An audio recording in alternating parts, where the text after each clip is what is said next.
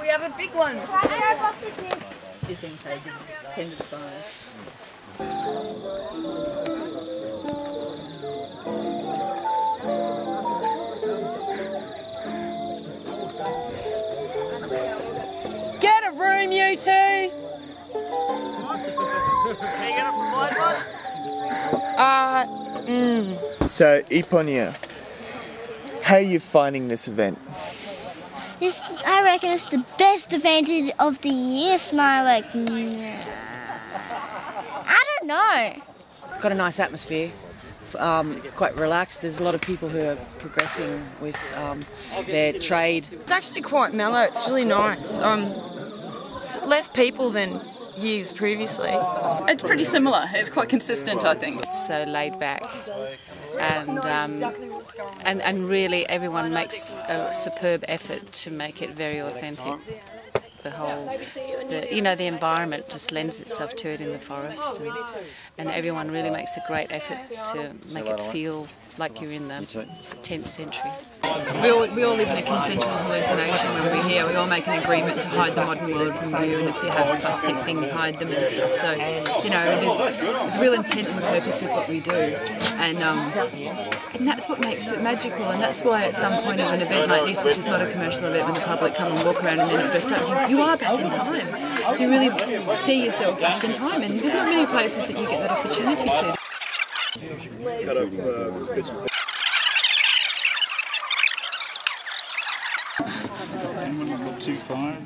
I'm just selling hand-me-downs from our family after we've finished using them. So mainly I have children's clothing. I've got a dress of my own, but apart from that I've got leggings and children's swords, some nail-binding socks and old shoes, hats and shirts and brays. I run the coffee shop, so I've sold a lot of coffee. I haven't personally made it all myself this year. Every other year it's been Griff and I, but this year I've had a lot of help. I am selling at the moment tablet weaving and cloaks with tablet weaving on that I've hand dyed, felted items, mostly cloaks and shawls. Glass beads. Vikings used them as their means of wealth. The more jewellery a woman wore, the more wealthy the family.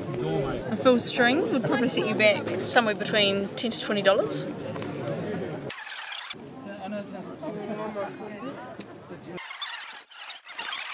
There's this one, the nail from the True Cross.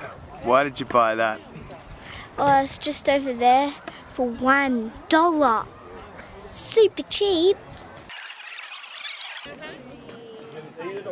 We've got nails from the True Cross for $1, then ranging up to, there's a Viking chest there with a lock that is all handmade lock. It's a really nice, good replica of the original. That's about $600. My most expensive is $400, down to $250, and $150 for the shawls.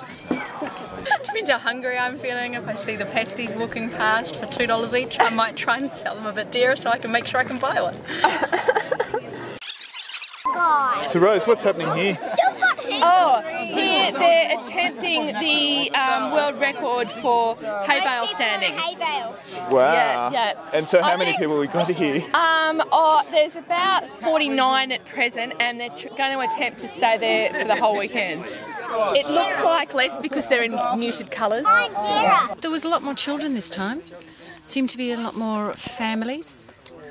You still had the warriors doing their fighting and everything, but there seemed to be a lot more interaction with camps and a lot more children's activities, and the play that the children put on after the feast was great. That's one of the good parts about doing this is, it's sort of a safe environment for kids to sort of be who they are. A lot of kids obviously around, lots of really nice children, second generation stuff coming up. History is very boring when it's down on paper, you know, in a history book. And, you know, these kids, they go to school and tell stories of their weekend and they've been in history, you know. And we all love history. We all love the challenge of seeing how in reality this technology or way of doing something really would have worked. And we put it into practice here. We don't just intellectualise it. We do. You have to intellectualise, you have to research it and then put it into practice, and then does it work in a real life setting, you know. So in a way it is interesting archaeology that we all do. I'm going to do this one. I've got vegetarian. I've got this spoon here, Jenny, too. A big combination of veggies that are from the period. So there's no New World food. Dinner, that was wonderful. It was, we were invited by the club called Lion Rampant, who usually they reenact a later period, and they had a wonderful feast. It was like going to a restaurant. They had almost 3 courses, and we all sat down. It was just brilliant. So we're going to do the ducks now. Yeah. So how long have they been on there for? For a good 5 hours. Just gently cooking over they've been gently cooking over the hot coals like all day, and so it's only now that the flames have just lifted up. Where do you think the event's going to go from here? it's always an uncertainty, this one. It's so good that, and yet it faces so many difficulties to remain going, with the ownership of the land being between enterprise and state government and local ownership. It's so hard to know. It'll be a strange time when they decide that we can't use the forest as a venue anymore. It's got lots of potential. I think it'll just chug along at its pace that it is. I wouldn't like to see it get commercialised at all. I'd like to see it as this really nice homegrown event, not a big commercial venture. How could it be commercial though? I mean, if it was going to be something like an abbey, like in Brisbane, there's a lot of paperwork and a lot of administration that goes along with that. You know, like we're a lot more informal here. We can have the opportunity just to gather and keep it relatively small. It was fantastic. It was exhausting, exhilarating, wonderful. Yeah, lots of lovely people, lots of exciting things happening. Oh yes, yes, come again. Yes, always. I won't miss one. People ring me up and say, "You better come to Easter." Oh, all right.